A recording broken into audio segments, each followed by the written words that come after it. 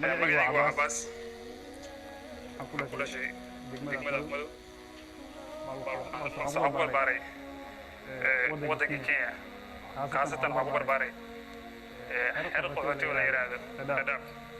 Dadaab xerada qaxootiga ugu weyn adduunka ku taalla waqooyi bari Kenya waxaan ku nool ummad wadayaaso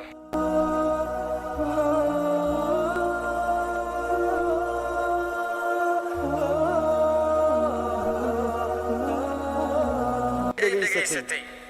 دودي وحيسي العيادة إعلانك عندما قالك عبدي عيديد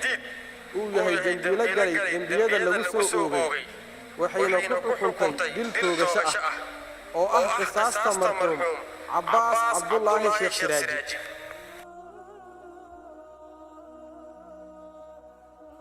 dilka geystay dhawaan la soo xiriireen oo ay ka codsadeen inay arrintaasi ka xalaan hase yeeshee uu sheegay inuu doonayo oo keliya in ninkii dilka loo haystay lagu fuliyo xukunkii lagu riday iyaguna uusan waxba u haysan bartamihii bishii juun ee 2017 ayay ahayd markii maxkamadda darajada koowaad ee ciidanka qalabka sida ee Soomaaliya ay xukun dil ku riday mid ka mid ah dul dhigtay mid ka mid ah dadkii ku eedeysnaa dilka Cabbaas Siraaji haddaba khadka taleefanka ayaan kula xiriirnay Abdullaahi Sheekh Siraaji oo warramay wariyaha BBC da Xasan Shawba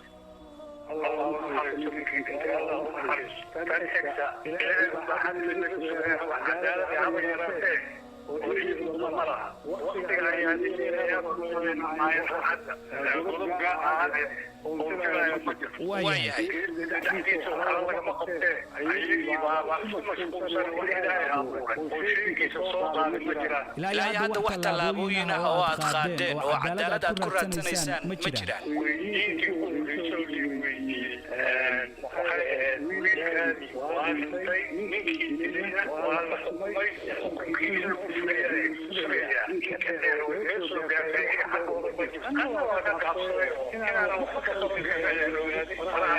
laakiin dib u raacday halkii uu ku dambeeyay markaa ninkaasi aad sheegayso in wiilkaadii uu dilay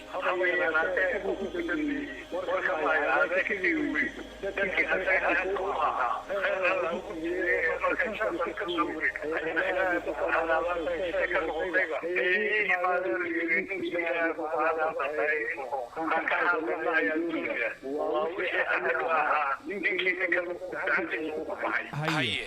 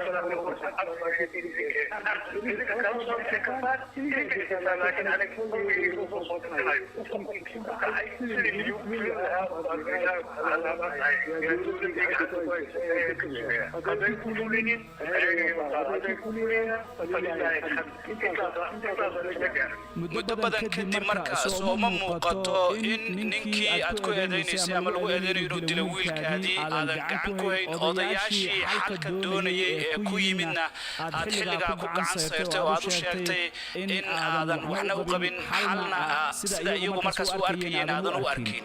marka soo hadda kuma muuqato inaadan waxba gacanta ku haynin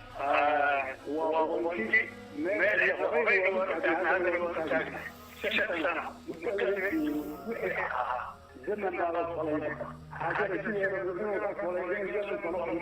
زمن على الصلاة الله يبي يسلم الصحيح maxaa ku qorshaha hadda oo aad samaynaysaa يسوي حدود للرجال ما أنا كسر من العجز من الرجال عن الرجال على كوسي لا يكون على هذا ندل الجزء على الجديد وإذا يجري إلى يجري في موت أنا أصدق بالله kaasi wuxuu ahaa Cabdullaahi Sheekh Siraaji